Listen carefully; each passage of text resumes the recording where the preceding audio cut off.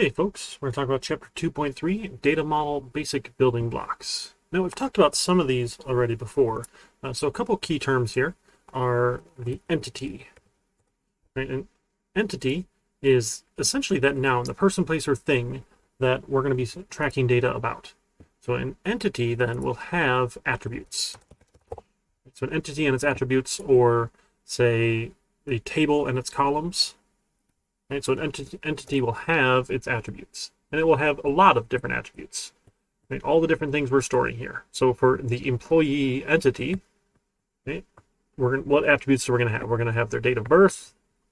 We're going to have their ID number. We're going to have their, job title probably.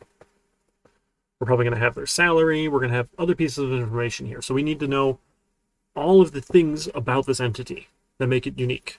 Right? And then what you have in that table view, you have different instances. So every entry in that table is essentially another instance of that entity. So you can have multiple employees in our employee table. So that's the main way of talking about how we're going to be storing information. Right? And not only do we have entities and their attributes, we also have the relationships. So how does this entity relate to another entity? And now we get, there's a couple common relationships here. So relationships. The most common one that we're going to see is what we'll call a one-to-many. So one of this entity, oh my goodness, I can't write an M, relates to many of another entity.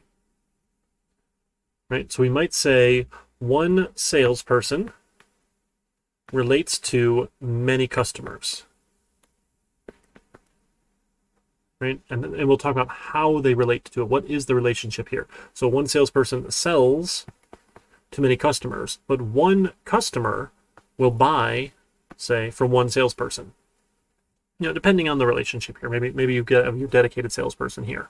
So in this direction, we have one salesperson to many customers, but one customer has one salesperson.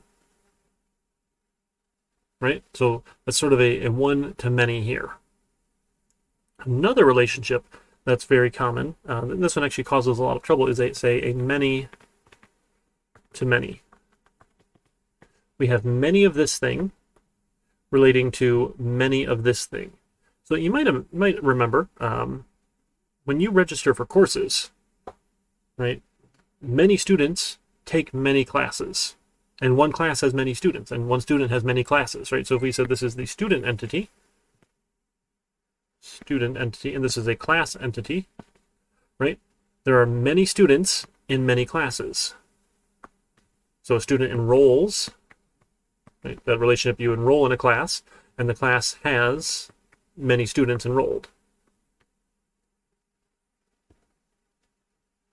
So it gets to be a little tricky here when you have a many-to-many relationship. So that's a very common one, and we're going to talk about ways to handle that in the database, because typically that just doesn't work out very well for us. And we also might have a one-to-one relationship here.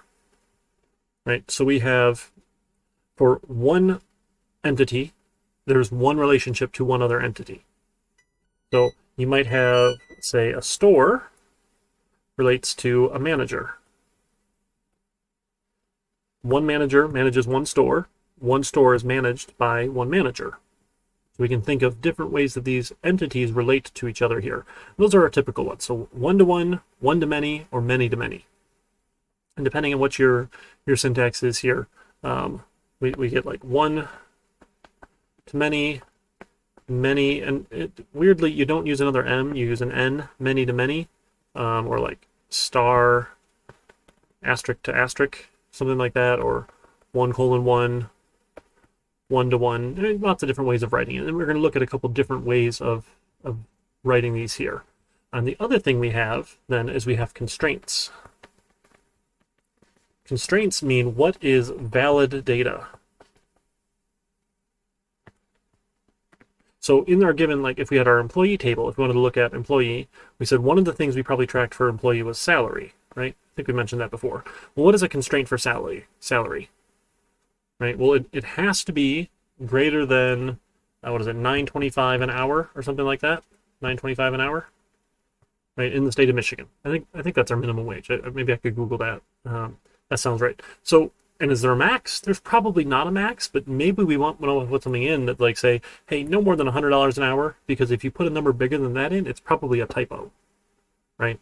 For someone who works on a given hourly rate. Now, a salaried employee, if we're talking about like annual salary, sure, we can get larger than that. But maybe this is, maybe instead of salary, we call it like hourly rate. Okay, so we can have information about that. Those are constraints here. They help us identify what is a valid, normal piece of data. So it helps ensure we have integrity in our data when we start entering things in here. So these are different pieces, different ways we're going to start building out our data model as we go.